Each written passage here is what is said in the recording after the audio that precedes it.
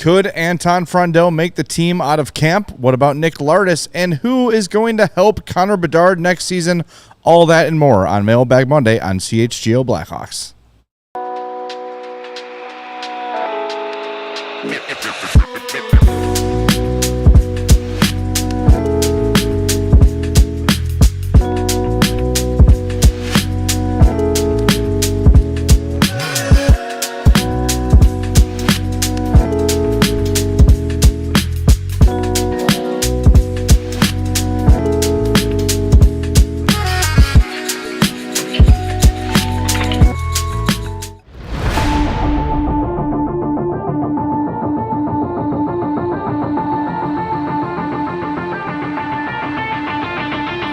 Happy Monday. Welcome into the CHGO Blackhawks podcast. I'm Jay Zawoski.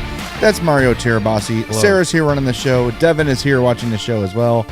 They'll be helping us out on social media and all that great stuff. So make sure you're following us there at CHGO_Blackhawks. Make sure you have liked the video here on YouTube. Make sure you are subscribed to our YouTube page. And if you're listening on the podcast, make sure you are following or subscribed on your favorite podcast app. We've got a lot of mailbag questions to get to and only 58 minutes to do so. So, Sarah, let's get right to it. Yeah, you're ready to go. Let's go. Let's go. Okay, we got our first Wasting one. no time. Remember to become a diehard. Yes, thank you. Here you guys go. All right, this is from Jake B. He says, I know what good years from Bedard, Nazar, and Knight look like, both from an eye test and statistically, but I'm lost on judging the young defenseman. What should I be looking at to assess the D-Corp? It's a good question. It is tougher to watch and see how defensemen are playing because you don't have the numbers adding up Right. on the score sheet necessarily. So when I'm watching, it's are they getting caught? You know, are they activating offensively at the right time? Mm-hmm. Are they in the right spot when they're supposed to be? Are they getting confused with teammates? Are there goals scored and the two of them look at each other like, Right, yeah. what are we doing here? It is harder to tell with defensemen, but those are some of the things I look for is how are they handling the situational decision-making in the course of a game? Yeah, I think the biggest thing is comfort level for young defensemen. Are they comfortable in their positioning? Are they comfortable playing physical? Are they comfortable going back, behind their net, retrieving pucks, knowing that they're probably going to, take a hit to try and, make something out of it? How fast are they making decisions? Are they doing it too fast? Sometimes you see defensemen, and the puck is a grenade on their stick, and they just want to get rid of it, without really thinking or taking that extra half second to kind of process and make the right play. I think there's a lot that goes into it for sure. The point about are they, especially offensive defensemen, guys like Renzel and Levshinov and Korchinski, a lot of times it's, when are you activating offensively? Are you doing it at the right time?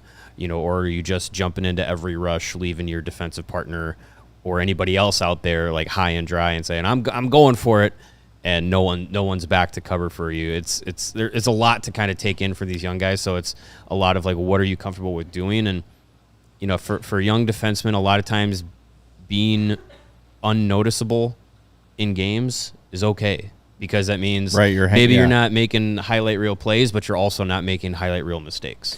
Another thing, too, is as the season rolls on and, clearly this team is going young next year, if Jeff Blashill decides to sit a young defenseman for a few games and we don't really understand why specifically. It's definitely going to happen. It will happen for sure. And just know that chances are they're seeing something that they want to nip in the bud that we're not seeing. And it feels like from our limited conversations with Jeff Blashill that he's the kind of guy who's willing to explain decisions, maybe not in like a bus toss sort of a way, but I think with a young team, you don't need to bus toss. You would simply say, for example, hey, Artem Levshinov, the offense has been there, but we don't love a couple of the decisions he's made in the defensive zone. We feel like the game's moving a little fast for him, so we're going to give him a couple games to reset, watch from the press box, work on some things in practice, and get him right back in there. Those are the sort of things. So as we're looking at next season, 82 games as a whole will be very young, but I think we will see now and again some young players sitting for stretches just to kind of, okay, slow down, take a breath, let's get back to where we were. Wyatt Kaiser is a great example of a guy who's kind of been up and down between Chicago and Rockford, because he would come up, play really, really well, and then for whatever reason, maybe it would be the attention to detail would fall off a little bit, or maybe the game started moving too fast for him a little bit. He would need to be benched. Then he would go down to Rockford for a little, come back, and then rediscover again. Yeah. It feels like, and I'm knocking on press sawdust here, that that final trip to Rockford has already happened, and he'll be for the better part of 82 games in a Hawks lineup next year. Yeah, I mean, he's definitely one of those guys that I would say on the fence about, still kind of figuring out where he is to start the season, but at least right now, going into what would be training camp in a few weeks, I have him on the NHL side of the fence rather than being on the AHL side of the fence. But yeah, I mean, there's going to be times where, and it's with any of these young guys, not just a defenseman, forward, all of them, like they are going to sit games for probably for older players where you're going to be like, we're going to be hooting and hollering about why is this player not playing? Aren't they all supposed to be the young guys? Like, that's going to happen this year. But I think, there's video sessions, there's conversations in practice, there's lots of things that, don't get aired out publicly, either from players or coaches very often, that go into those decisions. And a lot of times, especially with younger players, taking a breather is completely fine. And it's probably going to be necessary for some of these guys. Like, we talk about potential for Artem Levshinov to play an 82 game NHL season. That'd be the first time he'd ever played. I think that many games in a year. And so it's gonna be okay to take a breather and regroup, and whether it's just sitting the game or taking some time to revamp things in Rockford if it happens. Like, that's all part of the the umbrella term of like growing pains. Like, that's part of it too. Not only is it mistakes on the ice that you see with your eyes, but it's also that behind the scenes stuff is all part of it. Well, it's going to be interesting this year, because now when they sit a kid, they're going to just have to put another kid in there. Most likely. They haven't signed we thought there was a chance they bring another veteran defenseman in as a free agent. They haven't done it. There's still time. It's only July 7th. Right. But now if it's, feels like the offseason should be over now. Right. Yeah. What more is there to do? Sim to regular season, please. But if Kevin Korchinski sits, it's probably going to be, Nolan Allen in there, or Ethan Del Mastro, or Louis Crevier, which I guess, now that the smoke is cleared, and we probably get into this later in the week, but now that the smoke is kind of cleared on free agency, I'm like, all right, they're going to be young. This is what we wanted. This is what we've been asking for the last few years. So they're willing to do it now. So let's see it. Going back to that part of your brain in April that was excited about all those young guys. Yeah. That's what we're going to have to tap back into that once September and October roll around. You can always get Shea Weber in the lineup if you need to. Sure. He's on the books. Yep. Yeah. All right, let's get another one in here before we hit the break zone. We got one here from Jeff. By the way, these are all coming from our diehards on our Discord page to start the show. If you want to become a diehard, allchgo.com. You get priority on Mailbag Monday, just like Jeff did. Jeff said, how many hot dogs are you eating in 10 minutes? Oh, man, that's tricky. I can't. Because like, how fast can you take down a hot dog? Like 2 bites. 2 bites? Yeah. And like swallow. And it depends. If it's a all beef like Portillo's hot dog with the snappier skin, you got to slow that down a little bit. It's harder to chew. But if it's more of a pork hot dog, like a ballpark or something, 2-3 bites. Okay. Bun included. If there's money on the line, that's the thing. Yeah. I could do 1 a minute. Yeah. Like, are you trying to like choke yourself? Yeah, I could to win something. Or if there was a cash prize, I would say I could probably do 12 in 10 minutes. But I would feel terrible and probably puke. 10 minutes is impressive. I give myself probably 10 minutes. Yeah. I would say 6. I think I could do 6 in 10 minutes. Could you have eaten 6 hot dogs since we got on the air? I think so. Yeah. We did this challenge on the score with Connor McKnight. He's like, I could eat 2 Jack's pizzas in the course of a show. We're like, no, you can't. And sure enough, he couldn't do it. How long was the show? 4 hours. You couldn't eat 2 frozen pizzas. Yeah, do it in 20 minutes. It's these skinny guys. They talk, but they can't really when it 2 comes time Jack's to put frozen pizzas in 4 hours. Yeah, that's come on. Yeah, I know. That's weak. super easy. It's weak. Well, that's why he works for the White Sox. We definitely need to do this eventually. next CHGO cookout, we're gonna have the CHGO hot dog challenge. 10 minutes, and we'll get all the talent to compete. It'll be great social content. I'm in. Let's do it. Yeah. This one from Alex the Swiss says, question for the mailbag, thoughts on Boisvert and Roman Kantserov. I feel like these two are not talked about enough. I think part of it is we don't have a lot of stuff to talk about with Kantserov. We hear rumors, we see highlights, right? But it's very hard to find full games. Yeah, I mean, but everything seems positive in that regard. Yeah, I think with Kantserov, it's harder to kind of throw him into the mix because of that factor of like he says he wants to come over and all this, like, you know, with the college guys, they're right here. Yeah, you know, they're in the camps, they're at the, you know, well, not training camp, but they're at prospect camp. They're accessible, you know, to really accessible to the team, to the media. You know, the OHL guys, they're in training, or the CHL guys, they're in training camp. They're at, you know, prospect camp. They're here. They're located here. It's, you know, a lot of times it's the European players that, you know, some of them don't come to training camp. Some of them don't make the trips to prospect camps, and then, you know, they're overseas and watching games or getting film on them. That's not just, you know, clips and highlights, is a little bit more of a challenge when you're not located there. But I think with Kantserov, like, there's a ton of upside.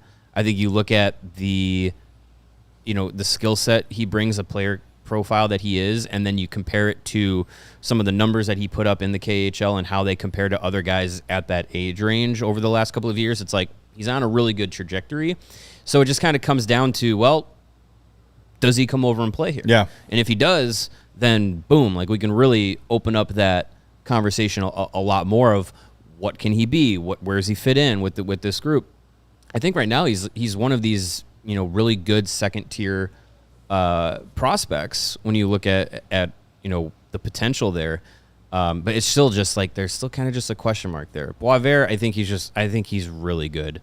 I think he had an outstanding freshman year in college.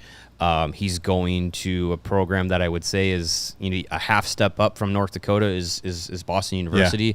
They brought in a ton of talent, you know, guys that have been playing in the CHL. So it's going to be a really competitive roster. Should play deep into the year. Scott Wheeler was talking about Team Canada's World Junior Summer Showcase. Boisvert looks to be invited to that, so that's a good sign that he's on their radar for the World Juniors, which is always a hard thing to do for Team Canada when you're not playing in the CHL. So if he goes through that showcase and then gets invited to, you know, their camp in December, like, that's a really impressive feather in your hat there for him. He's a guy that I think could be a really good second-line center. And what's nice about these Blackhawks is you have at least 2 or 3 or 4 prospects that you say, it could be a good second-line center. Sure. And that just means if he's not a good second-line center, means he's a great third-line center. Yeah, Nazar, Boisvert, Frondell could be a center. You have a lot of guys that could fit, you know, into the lineup. So I really like Sacha Boisvert, and he's, again, the profile on him, can play down the middle, plays physical, is above that magic line of 6 foot. Yeah, that's all that matters. So, which, by the way, Nick Lardis is now 6 foot. He did it. So, congratulations to him. Guaranteed 50-goal scorer. Cannot wait for his long NHL career now that he is 6 foot tall. Definitely. All right, we got to hit the break zone real quick. Before we do, a lot of people watching, not a lot of people liking. Hit that like button for us. And while you're there, you might as well hover over and hit that subscribe button as well. We'll be back in 2 minutes with more on CHGO Blackhawks. And we've been telling you for some time about our friends at Sunnyside Cannabis Dispensary. They're your home for judgment-free cannabis shopping. Whether you're new, whether you're a veteran, whether you're somewhere in between, Sunnyside has everything you need to elevate your summer. And boy, did Sunnyside come in clutch over the last week. Woo! Very well done, Sunnyside. Thank you. Sleep is good. They're your one-stop shop for all your cannabis needs. Sunnyside has expertly curated menu with over 100 strains to choose from, plus easy online ordering and in-store pickup. Do yourself a favor. Get some of those good news counting sheep if you have trouble sleeping like I do. They work every time. Visit sunnyside.shop for bright buys every day, including 50% off your first 3 online purchases. Enter promo code HICHGO at checkout to qualify. Exclusions apply. Sunnyside Cannabis Dispensary. Bright buys every day, only for 21 plus or Illinois MedCard holders. And for existing users, use promo code CHGO50 for 50% off one Cresco Labs brand item. And just like your favorite team needs a home court or home ice advantage, your home needs a home floor advantage, and our friends at Empire Today can help you get that advantage. Empire Today has flooring experts, dedicated flooring professionals who focus on flooring every single day of their life.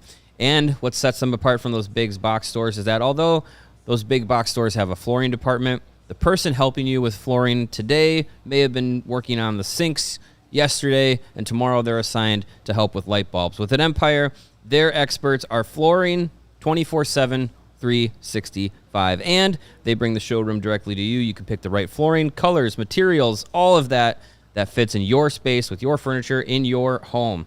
Schedule a free in-home estimate today because some things are just better at home. CHGO listeners can get a $350 discount when using the promo code CHGO. That's right, $350 off. Restrictions do apply. Visit empiretoday.com/CHGO for full details.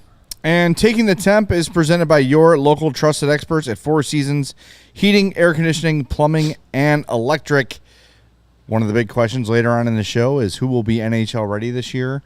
Anton Frondell, Nick Lardis. A lot of people excited that Nick Lardis is now 6 feet tall. And I very much like the comment that his Tinder profile just caught fire because that 6 foot threshold has been met. It's a big day for him. And those shallow people that will not date a man under 6 foot, they just got a new candidate on their app. So congratulations, Nick Lardis, on being 6 feet tall. Visit fourseasonsheatingcooling.com for all their special offers and money-saving coupons. That's fourseasonsheatingcooling.com. Good job on the like button. We need more, though. We got to get over 100 here. We got 230 people watching.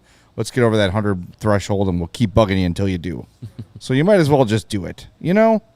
Might as well. All right. Sarah, we got another one ready to go here? It's okay. Don't apologize. We did that one last. That one. Next is Big Len. He says, to what extent do you think that Jeff Blashill was involved in the draft and free agent decisions? Was he, quote, in the room where it happened, merely consulted with, told of the decisions after the fact? Well, I think he was, in the draft meetings as much as he probably could be or wanted to be, because obviously it's a year's worth of conversations and scouting reports and all these things that the scouting department goes through. And then, Blashill came in just a month ago, and to get kind of up to speed on things, like it's more or less, I think he's being informed of what they're doing rather than he's telling them yes, no. Free agency, I would say he probably had more of the yes, no, weight to his. Yeah, I think the Joe Veleno decision too. Probably. Yeah. And I think that's a big. That's what you want. You don't want to really bring in a guy and say this is what we expect you to do, and then hand him players that he doesn't. Right. It doesn't work with. So I think as much as we wanted some more players brought in, it could have been that Jeff Blashill was just like, I like these young guys. I'm here to be a teacher and mold these guys into, that next wave of Blackhawks hockey. These guys are going to become NHL players. Let me do it with them. Maybe he was, this is speculation, but maybe he was saying, I don't need all these extra pieces. I like the pieces that are here. I was sold to be the head coach here on these players that are here. Let's work with them. So I think that could be a consideration. But yeah, when he was hired and it was like Bertuzzi and Veleno were his former, guys from Detroit, and then Veleno was traded, could have been a sign of that. Feels like it. All right, next up we got Scott, Iowa 23. Every week, by the way, Scott's in the mailbag. We appreciate that, Scott. He said, if the Blackhawks are guaranteed to win the next 2 Stanley Cups, and all that needs to happen is for Jay and Mario to get a tattoo of a currently signed player's name and number with the logo, who would you pick? All right. I mean, do we get to decide the location and Yeah, like size? where does it go? Like, are we tattoo? Is it like the back of a jersey just on our back? Greg would do this. Greg would. Greg has done it. Greg got a tattoo Greg on got the a show. tattoo on the Throwback. show. Yep. Yeah. If it guaranteed 2 Stanley Cups, I'd go. I would do somewhere discreet, coverable, Yeah. and then I don't know. It's got the smallest number. It's just easy to go with Bedard because you expect him to be here the longest. 98's going to be painful, though. It's a lot of... Yeah. Okay, it has to be a current signed player, though, so I can't just be like... I'm thinking Glenn Hall, Murphy. number 1. Murphy 5 would be the shortest, Yeah. least I would do painful. Frank Nazar. See, that's 91 takes. That's a lot of pain. Yeah. Can I just get Glenn Hall? Just Hall 1. Hall 1, yeah. I can deal Oliver with Moore that. is 11. That would be good. That's a little easier. Not too many letters in there. I like that question. But then you gotta live with it, you know. That's fine. So you'd hate for it to be a player that maybe isn't here for very long. You're just like, why, random. I don't know. Yeah, Giggity says I have to go John Mustard. That's true. I'd have to do John Mustard. Once he's signed, Definitely. yeah, I'd probably just go Bedard. All right. Fair enough. It's hard for me to put a child's name on me. I've gotten to the age now where it's like, yeah, Jay, you should get a jersey. I'm like, yeah, you still can. these guys are young enough to be my children. That's fine. Dads wear their kids' jerseys all the time. Well, if it was my kid. It's fine. All right. No, Thank you. if you're a person who side eyes a grown adult for wearing a jersey of their favorite team or favorite player, and who cares if they're half their age, like, it's a jersey. I don't judge people for it. I just choose not to. Sure, that's fine. Yeah. It's not, I have no judgment for people that do. I'm just But the it's not people for who me. are like, you're weird if you're wearing Bedard's jersey and you're 50 years. Like, why? He's the most exciting player on the team. It's the Yep. most readily available jersey. It's like, I don't get where this sentiment came from. I get too, like, a lot of people want to have the jersey of a current player.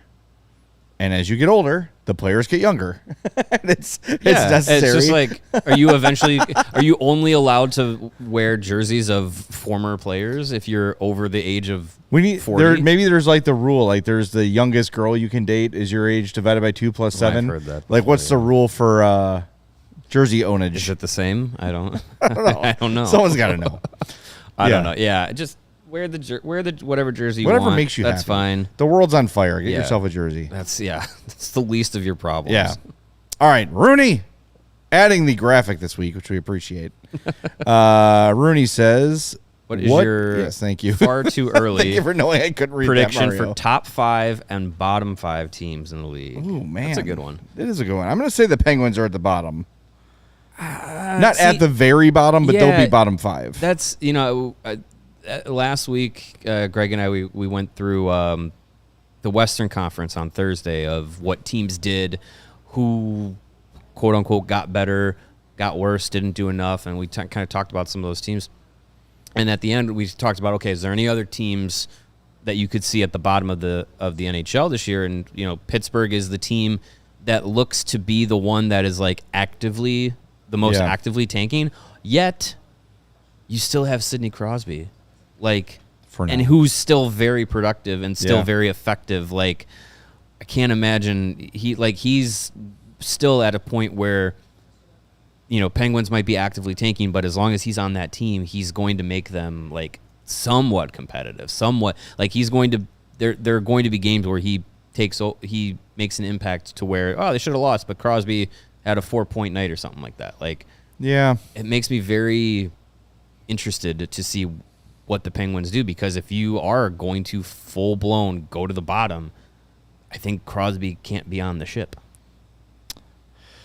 Feels that way. I don't think they're bottom, but I think they're bottom 5. Bottom 5, yeah, for sure. I don't know what Boston's doing. I don't know what Boston the plan feels is. feels like that team that's going to really go for it and finish like 10th from the bottom. Like, what's Nashville going to be next year? Are they going to bounce back?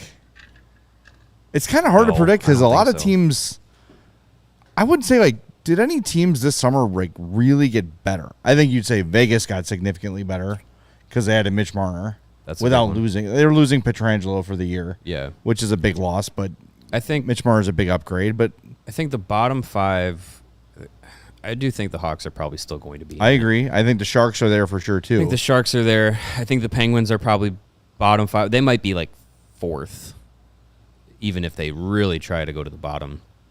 A team that I think, there's some pieces that they might move that I talked about on Thursday. They might move, Anders Lee and JG Pajot, and I think the Islanders might go down. Like they got gifted the first overall Dobson. pick, but you still have a shot at McKenna next year, and you get Schaefer and Eklund, and you throw in a chance at McKenna, and then you turn it the other direction. I think the Islanders might be bad. Yeah, I don't know. Aside from that, there's none that really glare at me. I mean, Buffalo is always a candidate to suck. Yeah. And if they're going to lose Byram, I know they just went to arbitration with him, but they could still trade him if they wanted to. The Kraken, I don't really know what they're doing. Yeah, Kraken's a good one too, because they seem just stuck in the middle and then didn't get better. I don't know. It'll be interesting. All right, who's at the top of the league this year? You think Winnipeg stays in the top 5? Yes, I think Florida is still there. I'm going to say no to the Capitals. I think that was Florida little bit of smoke and mirrors. Florida last year finished 11th in the NHL. Yeah. Did they get to the top 5? I think they so. could. I think Vegas, Florida. I think the Kings are going to not be at the top next year. Dallas could still do it. Colorado could still do it. Yeah. They weren't. They were 8th this year.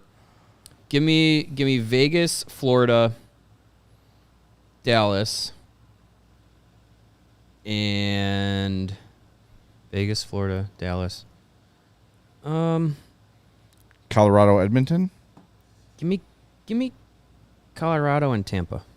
All right. I'll go with that. I like that. Go with that group.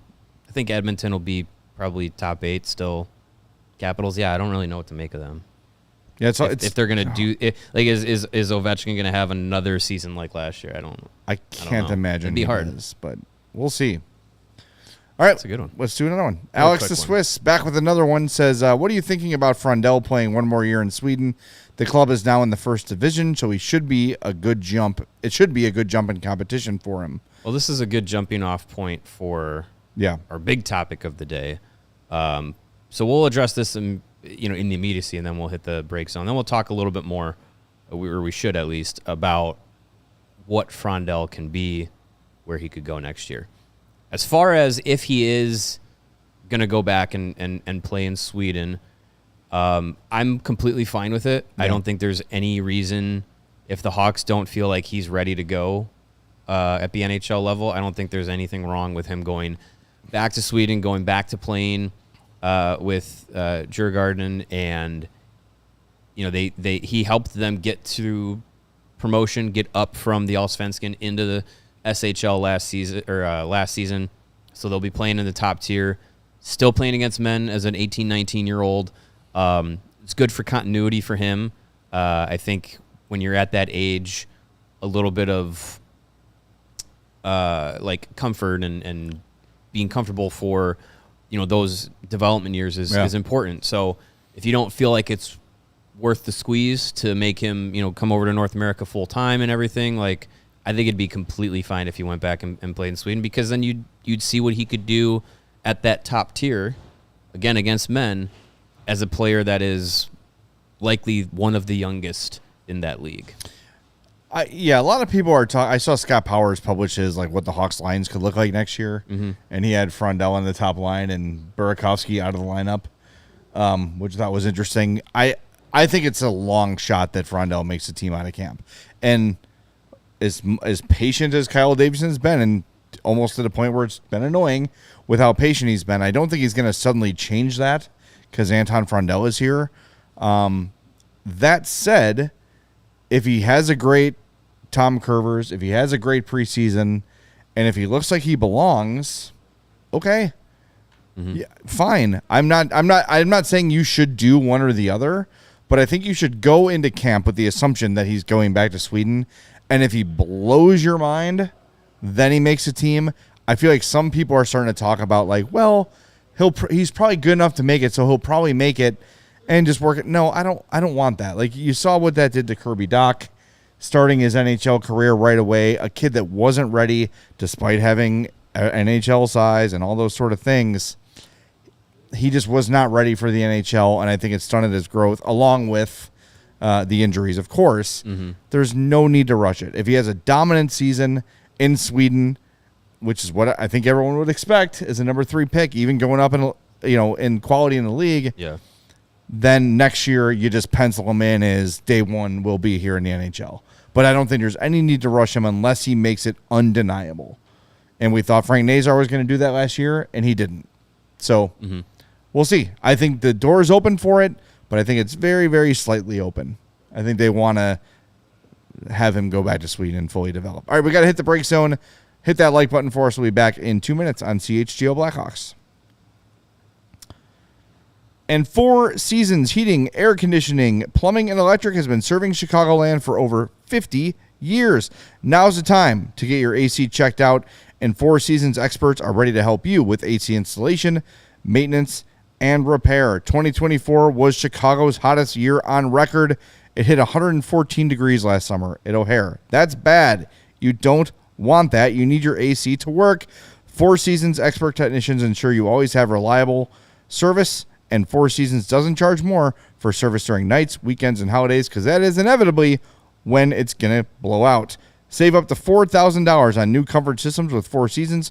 New AC units from $39 a month and AC furnace combos from $57 a month. Your trusted local experts are Four Seasons Heating, Air Conditioning, Plumbing, and Electric. Visit fourseasonsheatingcooling.com for all their special offers and money-saving coupons. That's fourseasonsheatingcooling.com. And coming up this week, the Windy City Smokeout, one of the best weekends of summer in Chicago. It's happening July 10th through the 13th. 4 full days of country music, ice-cold drinks, and all the award-winning barbecue that your stomach can handle. Does it get any better than that this summer? No. I say no. If you haven't grabbed your tickets yet, don't worry. Thursday and Friday tickets are still available. Country's biggest stars like Bailey Zimmerman, Old Dominion, Cole Wetzel, and Dylan Gossett are going to be lighting up the stage, so don't miss out on the best weekend of summer. Grab your Thursday and Friday tickets now at WindyCitySmokeout.com. And if you're heading down to the Windy City Smokeout, it's going to be happening right down the street from our offices here, right across from the United Center. Check it out. We're going to be there. We're going to have a CHGO booth with merch and a spin to win wheel. So it's going to be a lot of fun.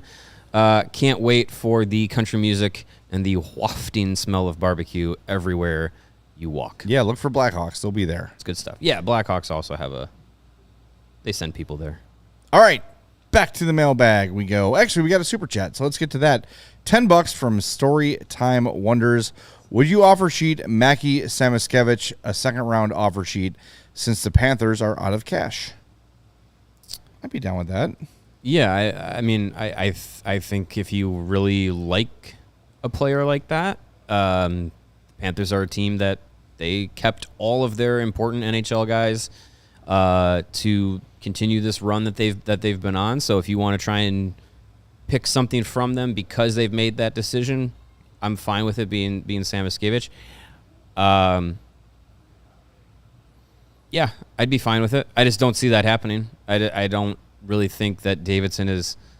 I don't know. It's very hard to read what his next move is this summer, if there even is one. There might not be one. Because if he's not going hard for trades or anything like that, and things can still materialize. Obviously, there's still a month till this, or 2 months rather, till the season, till training camp even is underway. So there's still lots of time for things to happen, but didn't go hard in free agency. Hasn't really, from all indications, gone really hard for a trade. Offer sheet window is still open, so we'll see what happens. But I still don't really see that being a route that they go. He will be 23 in November, 5'11", 180, had 31 points in 72 games. Last year was his first full season. How tall? 5'11". Cross him off. Done. Nope. Short king. Never gonna happen. Yes. Yeah. I think he's a good player. I really liked watching him through the playing at Michigan and everything. Yeah. But I don't know. I feel like they might have their version of that in the system somewhere already. Yeah, I think there is a lot of belief in the guys that are already here, and that's part of why I think in all likelihood it's hard to imagine many young players being brought in from outside the organization to be like, here, we believe in you, to inject into the group. It might just be that Davidson really just believes in the players in the room. And Giggity's with a good point. It feels like Evan Rodriguez is going to get traded from Florida, and that would be their way out of any sort. I mean, not a huge financial savings, but enough to help them to where if they want to bring him back, they can. Let's see, what does Rodriguez make? Rodriguez has 2 years left at $3 million. So if you swap those salaries out, you're good to go. Then it works. So, yeah. All right, History Racer, next question says, I don't necessarily have a big issue with the quiet offseason, but fans should be more frustrated if the season comes and we see most of the young talent sent down to the AHL and juniors to develop. Should roster spots be there more for the young guys to have to lose, since we didn't want to block anyone out? Well, unlike last year, Kyle Davidson's kind of put himself in a position where these kids are going to have to grow on the job. Yeah. They don't have a lot of options to, last year you bring in Bertuzzi, you bring in Maroon, you bring in Teravainen, you bring in Craig Smith up front. So those young guys had time to get here. Now they're counting on Nazar's here every game, which I think we agree with. Yeah. Oliver Moore, Brian Green. It feels like he's counting on these guys to be everyday players for the Blackhawks next year. And if they're not, I don't know what really they do from there, unless you're talking about, calling Joey Anderson up again or something like that to bring in some veteran help. But I don't know, like Ryan Green, Oliver Moore, Aiden Thompson maybe. Honestly, the only guy that they really brought in that could block anybody is like Sam Lafferty, really. That's the only guy that you brought in that wasn't, here before and, wasn't already in the mix. Yeah, I mean, it's Davidson has said, like, he wants that competition. He wants guys to earn those spots, but those spots are open. So one way or another, it feels like a young guy is going to get a spot, whether it's Slaggert or Doc or Savoie or it's... Remember, Slaggert's he's on a one-way deal. Yeah, now he's on a one-way deal. Or it's Ryan Green or, Oliver Moore. Like, those spots are going to be taken by those young guys. And I think there's obviously a preference for those young guys to be playing more often than not. So I don't think there's really a backed in a corner situation. If, like we said earlier, if players need to take some time to go down to Rockford, that's fine. We've seen that happen with young guys before, and it's worked. And with guys like Nick Lardis and Frondell and stuff, like, they have there's a lot of excitement around them, but there's also like no need to rush them. If Nick Lardis needs to figure out how to find time and space to get off his shot at the professional level and do it at the AHL level, gain some confidence, do it there, and then bring that to the NHL level when he's ready. If Frondell, isn't able to handle the pace of the NHL game or anything like that, like, then, let him develop. He could go to Rockford too, even though he's 18, because he's coming from overseas. There's no CHL, AHL age limit that we ran into with Kirby Dach, as you mentioned before, and Kevin Korchinski 2 seasons ago. So, Frondell, if he comes over, plays training camp and preseason, doesn't make the NHL squad, he doesn't have to go back to Sweden. He can go to Rockford. Yeah. And figure out things there.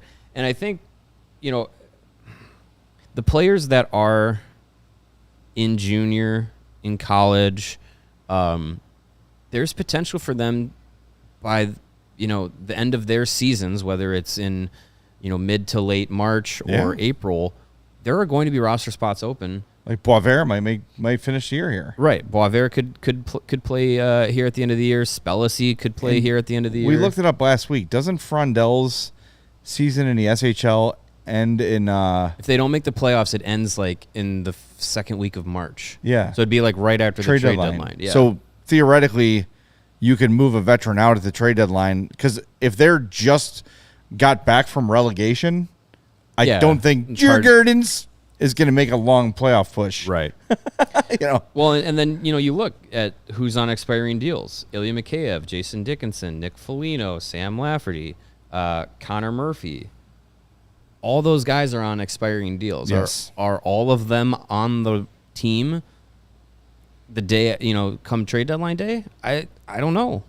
I think Dickinson's gone. I think that we'll see about Mikheyev. He feels like I think Lafferty is gone at the deadline. Mikheyev feels like if he has to replicate what he did last year, at the end of last year. Yeah. Like, he has to be like speed, penalty kill, putting up, half a point per game kind of player, stuff like that. Like, he has to replicate that to stick around. Otherwise, like, he's a fine player, but I feel like this team would be completely fine saying, thanks for your time.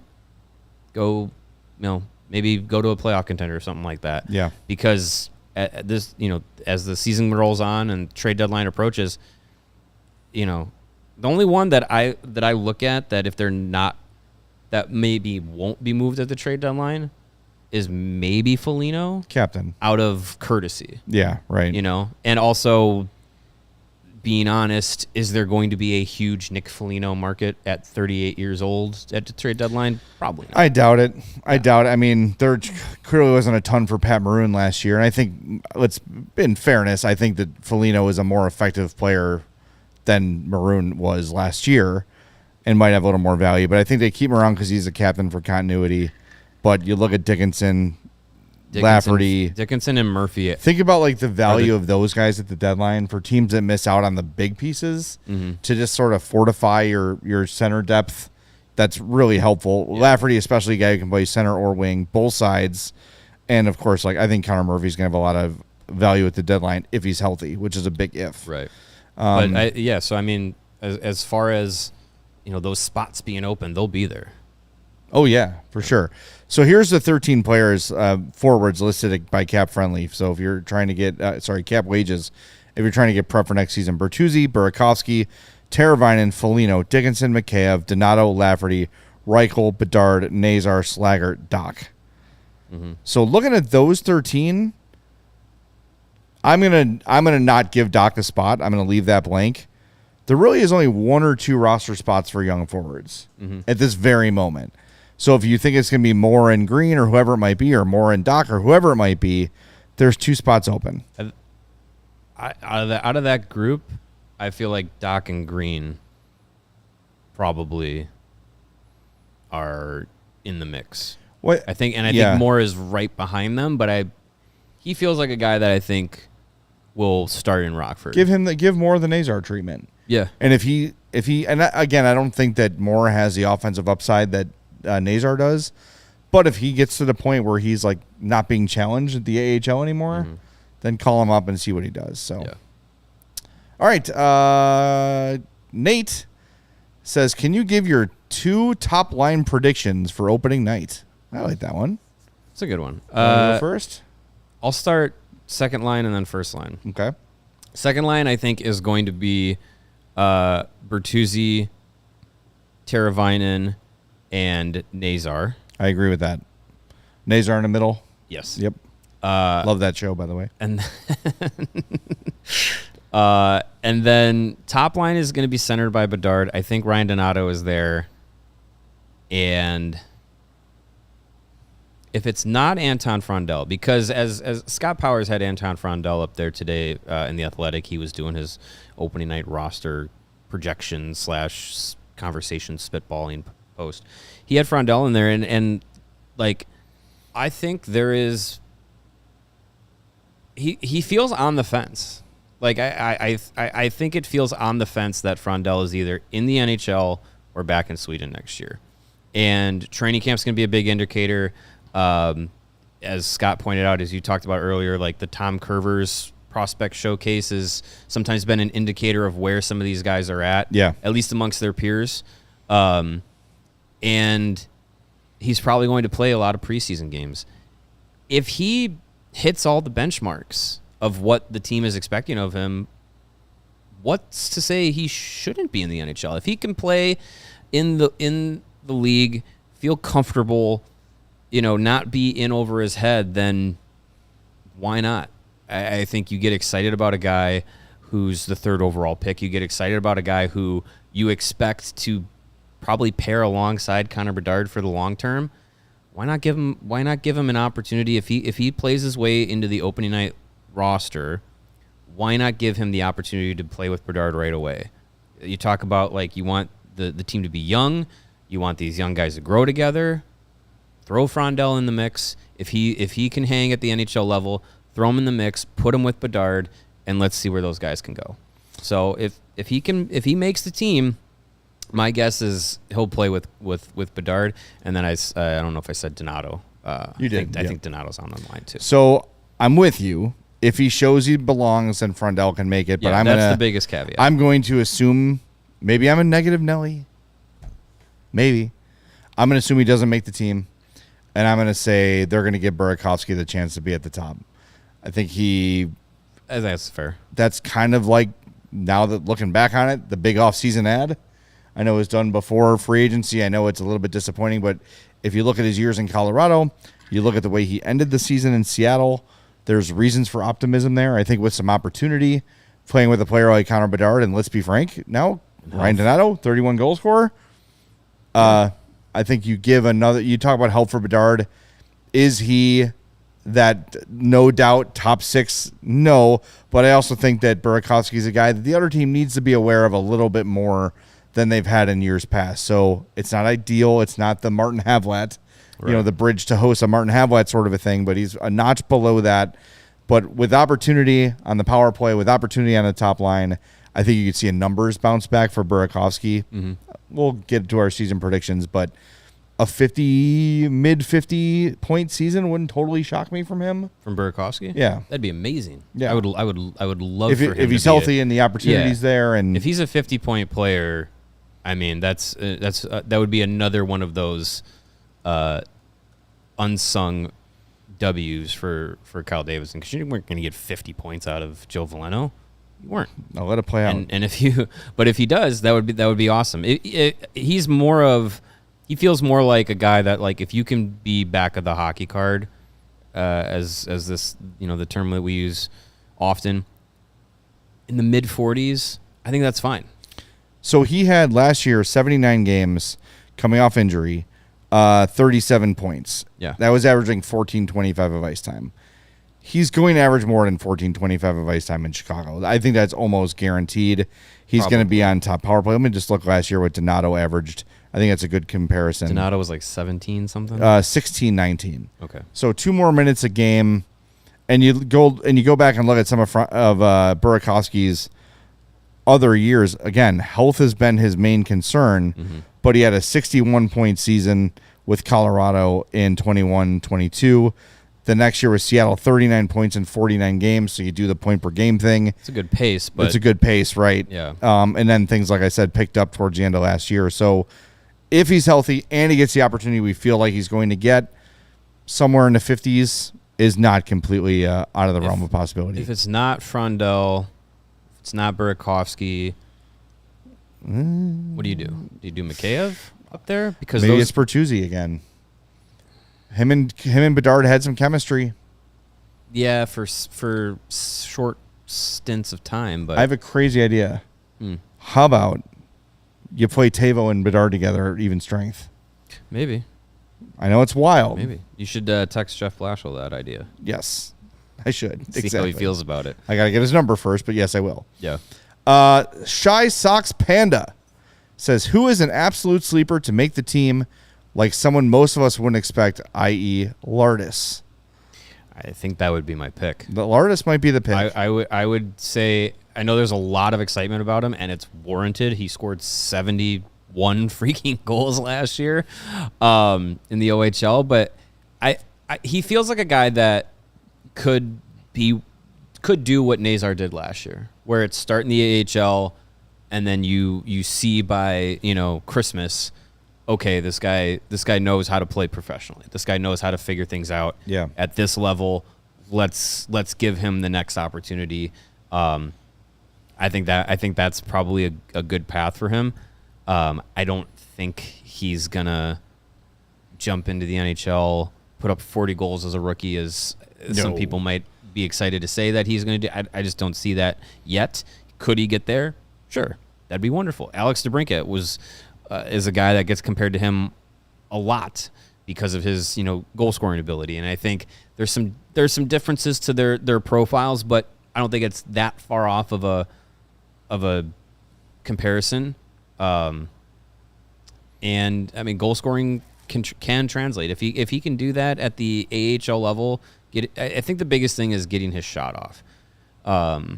Finding it, because the game gets muddier in the AHL, and you're playing against men. It's more physical. Some people say it's more physical than the NHL because of the mix of the players that you throw in there. But if what we saw at the OHL, I don't think he's not gonna be able to replicate that. He's not going to be able to get off 10 plus shots in a game. If he can, find a way on a nightly basis to get 2, 3, 4, sometimes 5, like in a game, have that green light to shoot, they're eventually going to fall for him. So I don't know. I'm excited to see what he does. Yeah. Just to answer the question, none of these, aside from Frondell or Lardis, would shock me. Like Green, I guess Vanacker would be a bit of a shock. More Spellacy wouldn't be a huge shock. Ludwinski probably. Thompson. Spellacy would be a surprise. That would be a surprise. But he almost made the team last year. Yeah. But we're making big assumptions based on a solid preseason, and it has to be.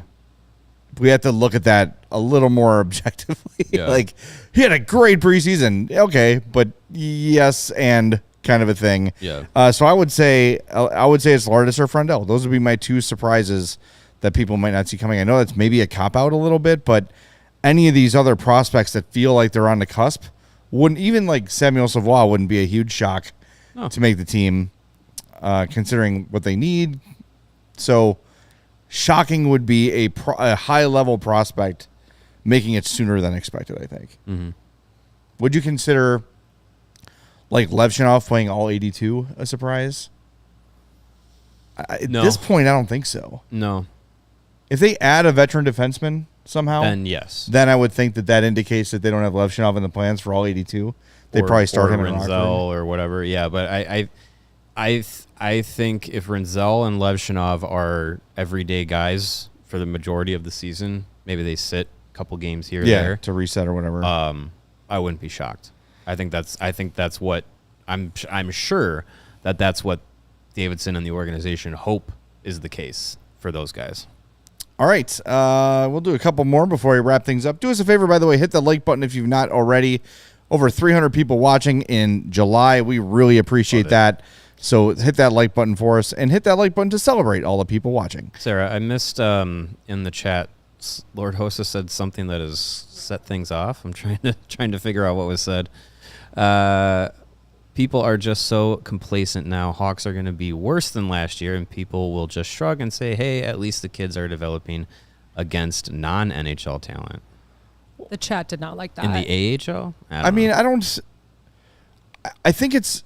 Could they be worse as far as like it depends the on standing? How it looks. Maybe, but yeah, it's getting... How you get there is different, especially if you're going to be, looking at the roster right now, average age of just over 25, youngest in the league.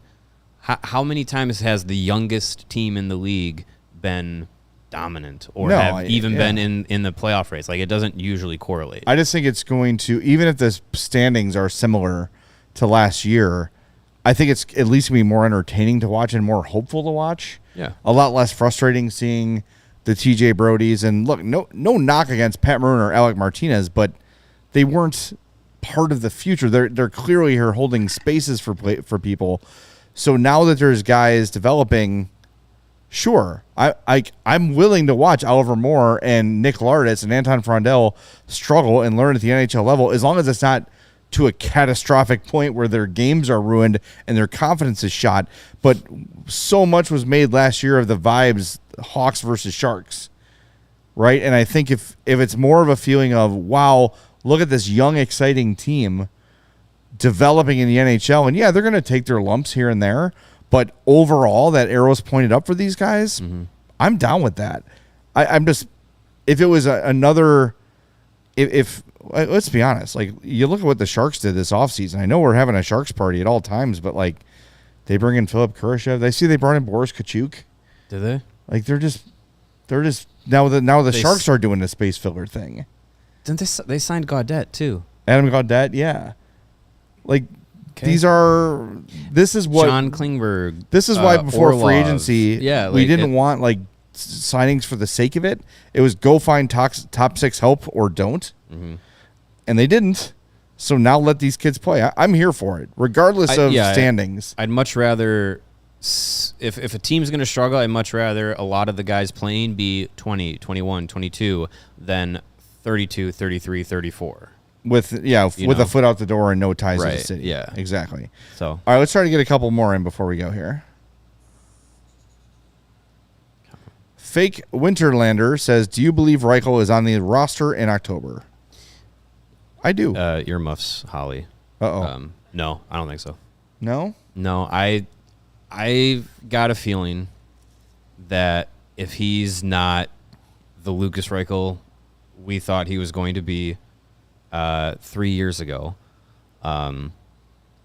through training camp, consistently, like through the training camp practices, through the preseason games, standing out, the speed is there, the decision making. Like, if he's not tearing it up, I don't think they're really going to give him much time. And maybe he starts the season with them, sure, but I just feel like he's on an expiring deal. Makes $1.2 million. He's a prime change of scenery candidate that I'm sure the league, someone around the league would say, nah, give you something for him. Try it out. I feel like if it's not, I know we've said like, oh, make or break year for, this is a make or break training camp, I think, for Lukas Reichel. No, I'm willing to, because I think at this point his value will never be lower. Sure. So I'm almost willing to see, like, with, but how much better does it get? I don't know, but with some bona fide NHL coaching, and bona fide NHL assistants who have experience and have been around, who knows? I'm not holding my breath that Lukas Reichel is going to suddenly become the first round sensation we all hoped he would be. Yeah. But I think you could find yourself a serviceable player there, and I wonder if Blashill would consider giving him some top six time, because why isn't his offense up? Well, he's playing with Craig Smith and Pat Maroon all year. And I know you have to earn the opportunity to play in the top six, but I do think there were some times last year where Reichel had some really good games in a row. Even if the points weren't there, you saw the things you wanted to see, and then he just sort of would just stay on that fourth line. That tells me, though, that the coaching staff is kind of like, screw this guy. I don't care how well he plays. He's a fourth liner.